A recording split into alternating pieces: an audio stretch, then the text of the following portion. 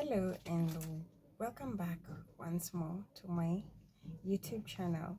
And today we want to talk about it's okay to feel bad. It's okay to feel miserable when you're on a breakup phase or you on a divorce phase. It's okay to feel bad. It's okay to feel miserable. You don't need to pretend that you have that strength. Well, in you don't have that strength.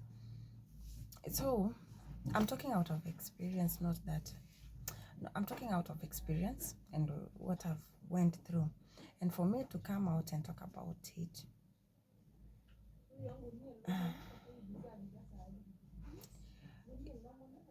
for me to come out and talk about it,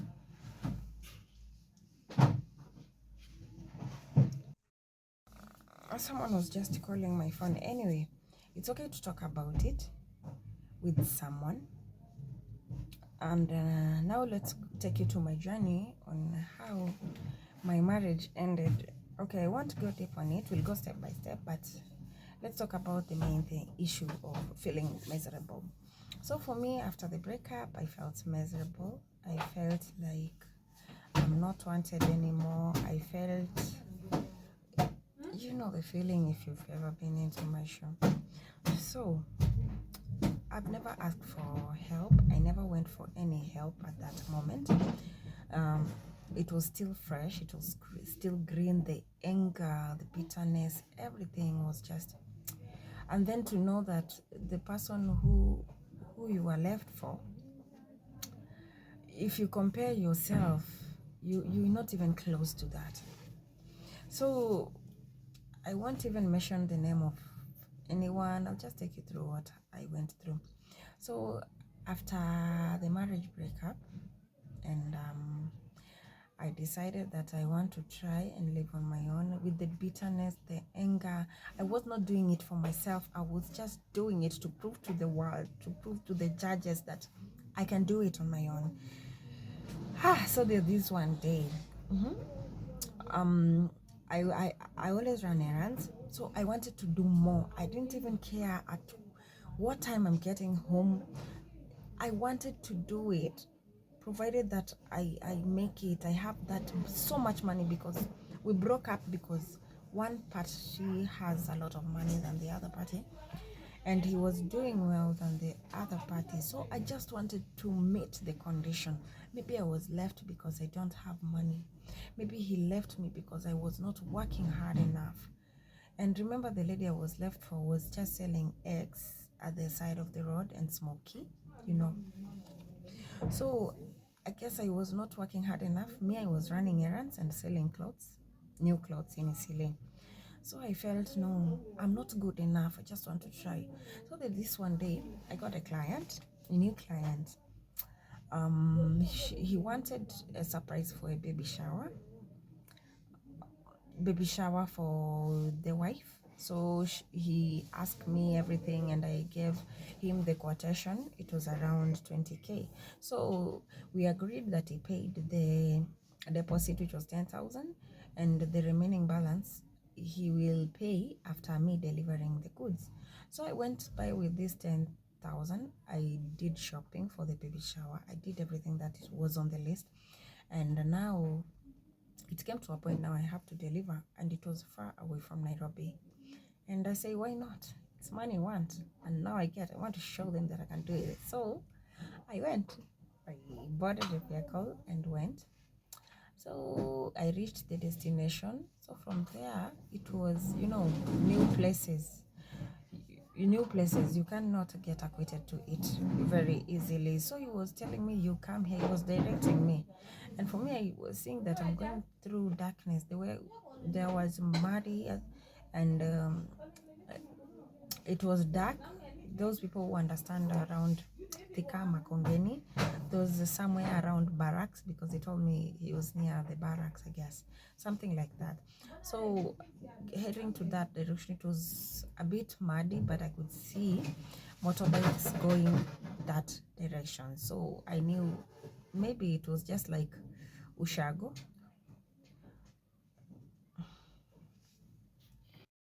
So the place was muddy. The place was muddy, and I went with the direction that I was given. So when upon reaching to a place where there was a two-way, and I called and said I cannot see though I could see lights and homestead, it was it's somehow gated. It's a place that is growing and it's gated. So they had lights in their homestead. You see, that it made me feel safer at some point. Now it came to a point that I felt like ish. I felt 50-50. I don't want to proceed from here. So it's either you come for your things or I go back.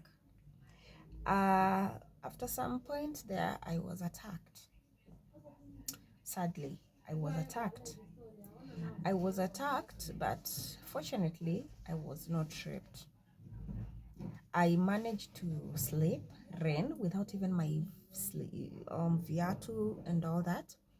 I managed to run kidogo, and fortunately I got a rider and I asked him. I don't even ask him, I just jumped in the motorbike and I tell him, let's go.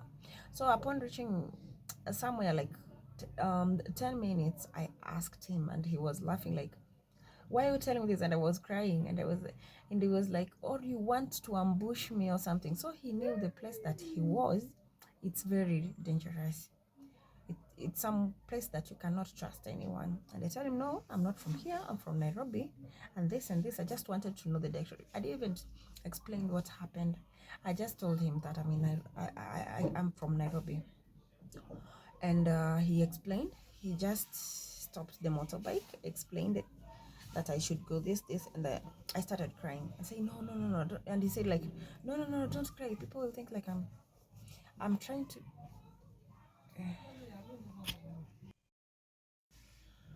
So after explaining everything that happened to this guy offered to take me to a stage where I can board a matatu to Nairobi. And he asked me, if you get a vehicle to Nairobi, will you be safe? And I said, I'll be much safer. So he took me to a stage, paid for my transport, and gave me enough money because everything scattered, even my phone and everything. Till that, nobody knew what happened except the hospital. So tomorrow, I went back home like around 1. I even told my baby daddy, because we are co-parenting, that I'll not be home early, so let the boy sleep at his place.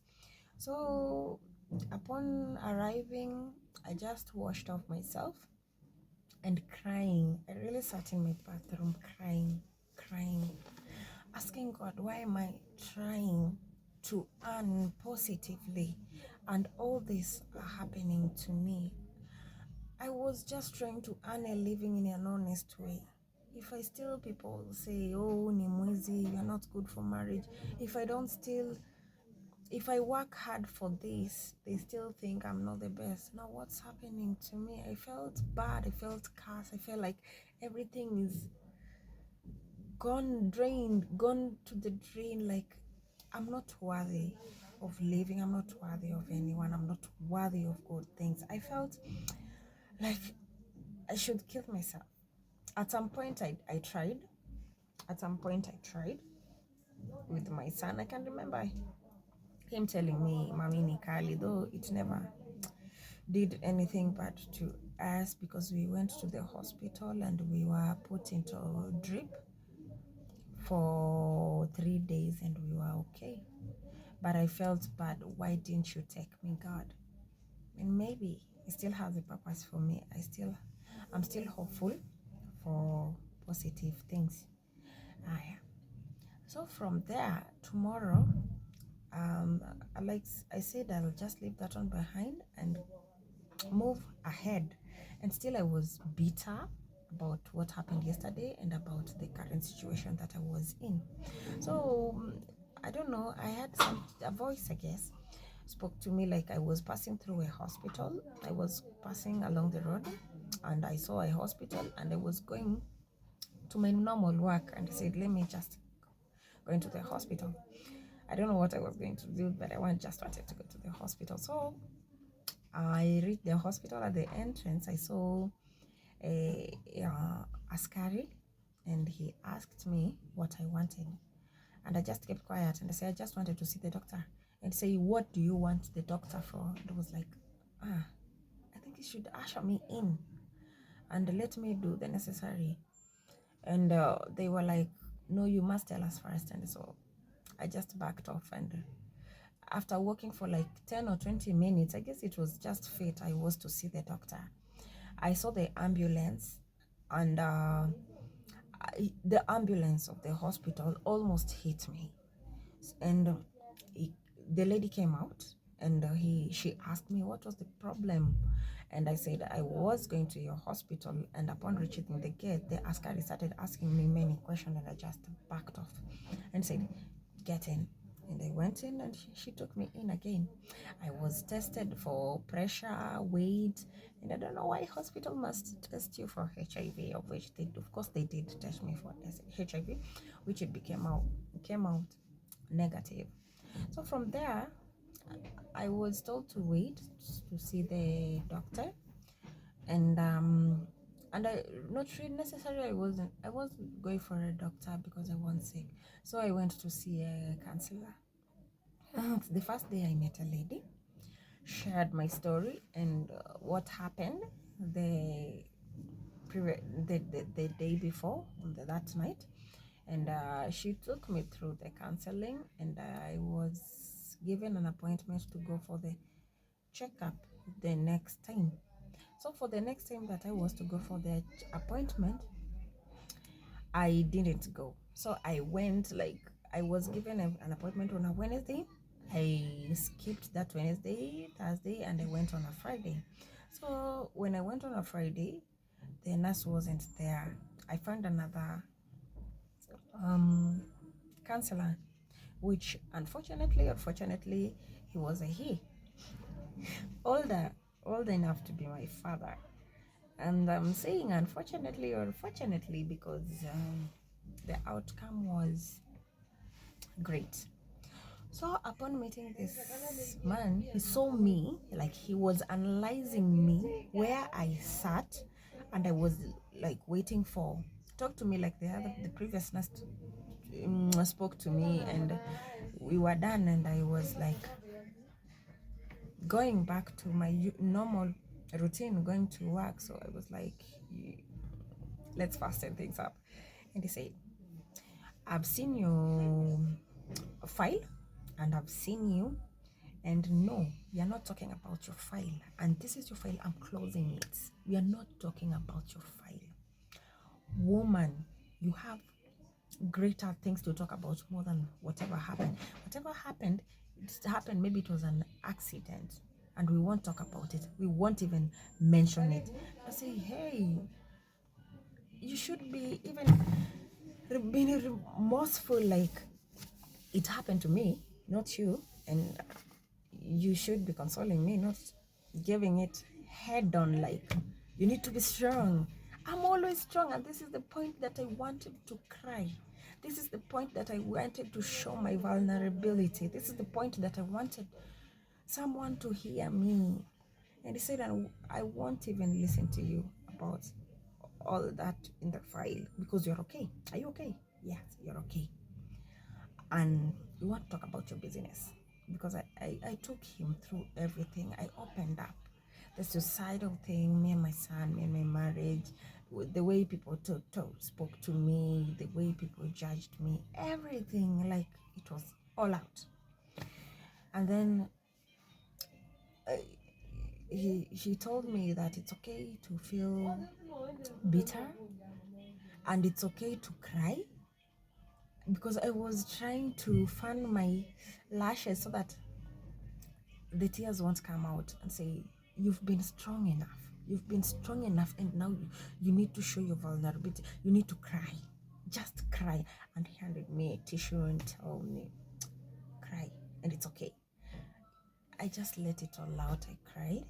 After crying, he just gave me a book, a diary, a plain diary without anything, and he told me, write down the list of your clients, the name, the number, and everything. Write down what you always do. Write down everything that you you've always been doing business-wise before all this happened, before you married, before you anything. Just write them down. And I did. After writing them down, we went through. He offered me a credit and we called my clients and told them we are back to work. And he said, as from today, I won't be your counselor, but I'll be your mentor for free of charge. As from today, see me as your father. And if you're comfortable with that, we'll go through it. So, as I'm talking today, as I'm telling you all this, there's so much that I went through before all of this, after the breakup. And what I can tell people, it's okay to feel miserable. It's okay to feel vulnerable. It's okay to cry. It's okay to feel the way you want to feel. Like, me, I was just, at times I just walk on the road and I don't know where I'm going. At times I walk from home, Saika, to town without even waiting at the stage to get a cab, a taxi, or a Nissan to take me there. I just walk, and it's not like I wanted to. Just find myself walking. I find myself, oh, nimefika hapa, let me just finish my journey. So guys, it's okay to feel that way. It's okay to feel miserable, and never ever ever let anybody tell you otherwise. Never ever let anyone bring you down. Like, you're a mother, you need to be strong for your kids, and who will be strong for you? Your journey has not ended. It's not like you are an adult and your journey has ended. You still have a long way to go, and you have emotion, you have feelings, you have you to contend with, you have you to deal with. And again, about this, the men on the cloth, like, now your marriage has ended, these people like pastors, they come by and console you, telling you to go to church, pray, fast for your husband. No way. Yes, you should be praying. Okay, you should be praying for your marriage. It's okay, but that shouldn't be the main agenda. Like, you should fast, pray, so that you can patch things in your marriage, so that your husband can come back. You should find yourself. You should know your worth. You should find yourself. That is when you'll be sober enough to know if you want to go back to that marriage. If you'll be sober enough to know if you want to go back to that marriage, or you want to end the relationship. There are some relationships that are toxic. Even if you are that bad and he was that good, but there are some relationships that are toxic. No human is perfect, and everybody has a shortcoming. And for two partners to be together, you must understand each other's shortcomings. You must understand each other's at some point. Now, this one should be a dialogue one. We should talk about it and not talk about to other people about your partner's problem, and you're not solving it at home. So guys, never let this men in cloth, never let religion lead you to patch things in your marriage. I don't say it's bad, but at some point, no, some things you just leave it for the counselor. Some things you just need to find yourself first. Find your inner you, find your purpose, find your worth, discover what you are supposed to be, what you want. And since that day I met this counselor, I've really realized, I've discovered me. I know who I am. I've rerouted my identity that I lost long time ago, and I've discovered an inner peace in me that I've worked hard for myself. Leave alone my son. If you're wretched, even your kids won't even have that mommy. If you're in a despair, even your kids won't find that love.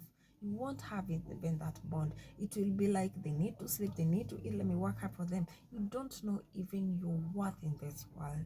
So first you must find yourself before even loving that child. You can love her, but it won't be that. It won't even worth it. It's not even worth it. You're loving your child because it's their right, I guess, but you're not even loving them fully. You're not even giving it your all You need to do it passionately. And for you to do it, you must discover yourself, find yourself, love yourself enough for them so that even their mentality will be straight. They will even know, they will grow up knowing this is bad, this is good, I should be feeling this about myself. Even it will lower their self-esteem. Even if you're not sure enough about yourself, it will lower your self-esteem and lower their self-esteem. No, your self-esteem is already down. And remember, you have no self-esteem, and then here you have an offspring to take care of. How will you balance? It's like you're raising two kids, you, the child in you, and this child, two children raising each other. It doesn't even make sense. So even if you have a broken relationship, broken marriages, the first thing you should do about yourself is discover you. You know your worth, know you what you want. So even if you decide now you want to patch your marriage, if you decide you want to patch your relationship, you already know your worth. You already know what you want. You already know how to set the boundaries. If your partner doesn't like whatever you've displayed, then they are not fit for you, for your wellness, for your mentality. It's okay to raise your kids in your own relationship, provided your sanity is intact. So guys, it's okay to feel miserable. Until next time, you can just dwell on this. Make sure you subscribe and follow for more, and give it a thumbs up if you feel the whatever we've talked about today is worth it. Until next time.